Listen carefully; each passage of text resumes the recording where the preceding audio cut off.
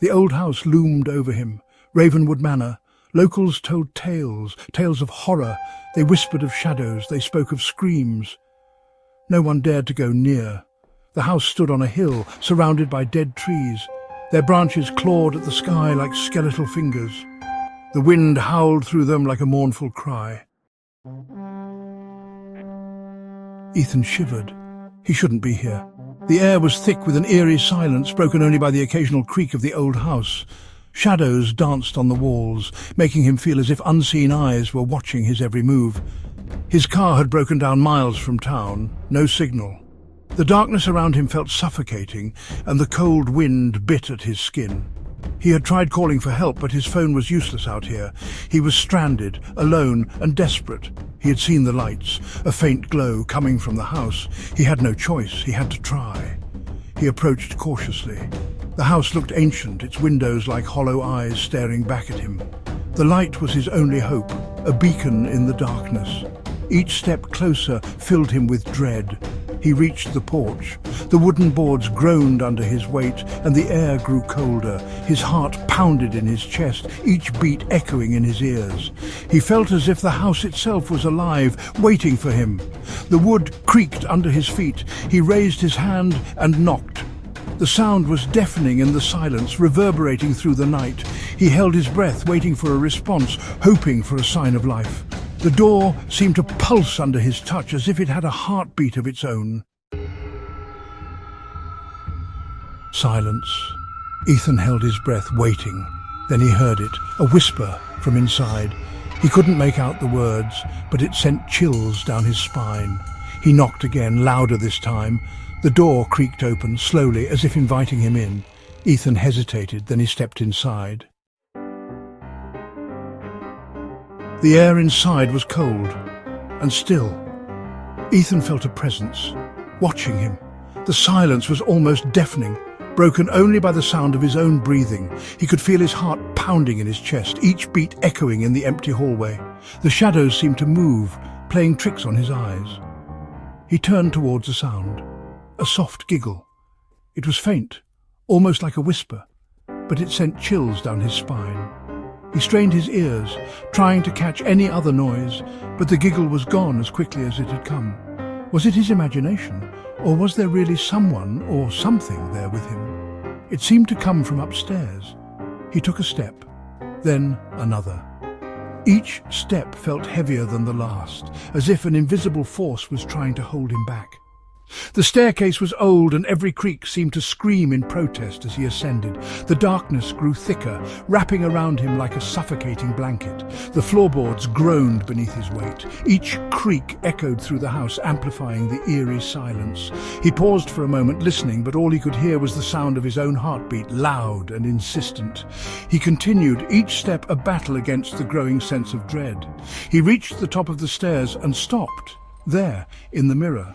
The landing was dimly lit, and the large antique mirror seemed to dominate the space. It was covered in a thin layer of dust, but something in its reflection caught his eye. He squinted, trying to make out the shape. He saw it, a figure, but it wasn't him. The figure was shadowy, almost translucent, and it seemed to be staring back at him with hollow eyes. Ethan's breath caught in his throat. He reached out a trembling hand towards the mirror, but the figure remained unmoving. It was as if the mirror held a world of its own, a world where this ghostly figure resided. The figure was translucent, a shimmering apparition. It seemed to float effortlessly, its form barely holding together, as if it could dissipate at any moment. The room was dark, shadows dancing on the walls, adding to the eerie atmosphere. Ethan could feel his heart pounding in his chest, each beat echoing in the silence. He had never seen anything like it before, and he couldn't tear his eyes away. It reached out from the mirror, towards Ethan. The hand was ghostly, almost skeletal, and it moved with a slow, deliberate grace. Ethan felt a chill run down his spine as the hand came closer, its fingers stretching out as if to touch him. He wanted to move, to run, but he was rooted to the spot, unable to look away. Its touch sent a jolt of ice through him. He stumbled back. The sensation was unlike anything he had ever felt before, a cold so intense it burned. He gasped, his breath visible in the frigid air. His mind raced, trying to make sense of what was happening, but there were no answers, only more questions.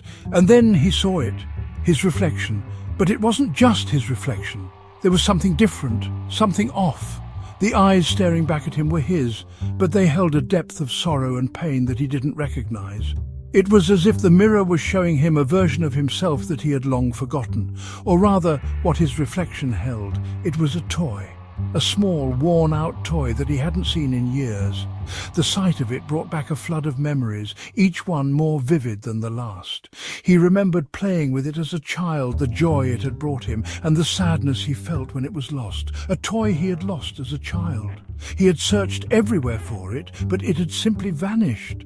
And now, here it was, in the hands of his ghostly reflection. The realization hit him like a ton of bricks. This wasn't just any toy. It was a link to his past, a piece of his childhood that he had thought was gone forever. Right here, in this house, the very house he had grown up in. The walls seemed to close in around him, the memories of his childhood flooding back with every step he took. He could almost hear the laughter of his younger self, the echoes of a time long past. The house hadn't called him here. It was something deeper, something more profound. It was as if the very essence of his past had reached out to him, drawing him back to where it all began. He felt a strange sense of familiarity, a connection that he couldn't quite explain. He had been drawn back by a memory that had been buried deep within him, waiting for the right moment to resurface. It was a memory of love, of loss, of a time when things were simpler. And now, standing in the darkened room, he felt it all come rushing back, a memory he had long forgotten. He wasn't in danger, he was home. The fear that had gripped him began to fade, replaced by a sense of peace. He realized that this house, with all its ghosts and memories, was a part of him. And in that moment he knew that he had finally come home.